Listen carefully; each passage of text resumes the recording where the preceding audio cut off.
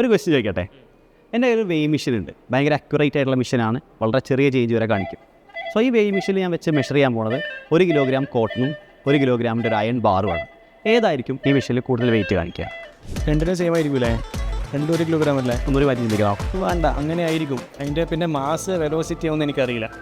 Pure commerce knowledge വെച്ചിട്ട് രണ്ടിനും same wait ആയിരിക്കും എന്ന് എനിക്ക് തോന്നുന്നത്. ഇത് തിന്നാ എനിക്ക് മുട്ടം പണി കിട്ടിയ 1 കിലോഗ്രാം കോട്ടൺ പഞ്ഞി, 1 കിലോഗ്രാം അയൺ ഇരുമ്പ് വെച്ച് ഏതാണ് കൂടുതൽ വെയിറ്റ് കാണിക്കുക? രണ്ടോ സെയിം വെയിറ്റ് അല്ല. ശരി, എന്നാൽ ബൈ. ഏതായിരിക്കും വെയിറ്റ് കൂടുതൽ? 1 കിലോ അല്ലേ രണ്ടും വെച്ച്? ആ, അപ്പോൾ രണ്ടിലും ഒരേ റീഡിംഗ് ആണോ വെയിങ് സ്കെയിൽ കാണിക്കാൻ? തെറ്റാണ്. ഇവിടെയോ എന്തോ ഒരു തകരാറും. സെയിം വെയിറ്റ് എന്താ? അതെ, അത് തെറ്റാ. ശരി,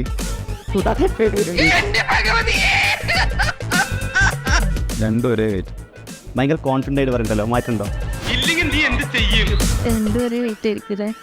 ഒന്നും പണയണ്ട. രണ്ടും 1 കിലോഗ്രാം അല്ലേ? ആ, അപ്പൊ പിന്നെ രണ്ടിനും സെയിം വെയിറ്റ് അല്ലേ കാണിക്കുക? ആണോ? നമ്മൾ ആഴത്തിൽ ചിന്തിച്ചു. എന്തിനാ ആഴത്തിൽ ചിന്തിക്കുന്നത്? ഉത്തരം മാറ്റി പറയാം. ഏതിനാണ് കൂടുതൽ വെയിറ്റ് കാണിക്കുക? അയൺ. അയൺ. ശരി, കൊള്ളാം, എവനാള് കൊള്ളാം. നമ്മുടെ ചേട്ടന് പറഞ്ഞതാണ് കറക്റ്റ് ആയിട്ടുള്ള ആൻസർ.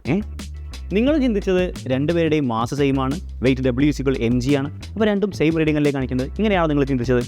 ഈ കാര്യത്തിൽ നമുക്ക് കുറച്ചുകൂടി ഡീപ്പായിട്ട് ചിന്തിച്ച് നോക്കാം.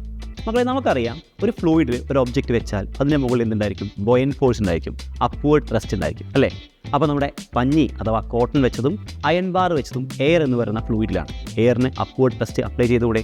നമുക്കറിയാം ഈ ബോയൻ ഫോഴ്സ് വോളിയം കൂടുമ്പോൾ കൂടും. അപ്പോൾ വോളിയം ആർക്കാണ് കൂടുതൽ?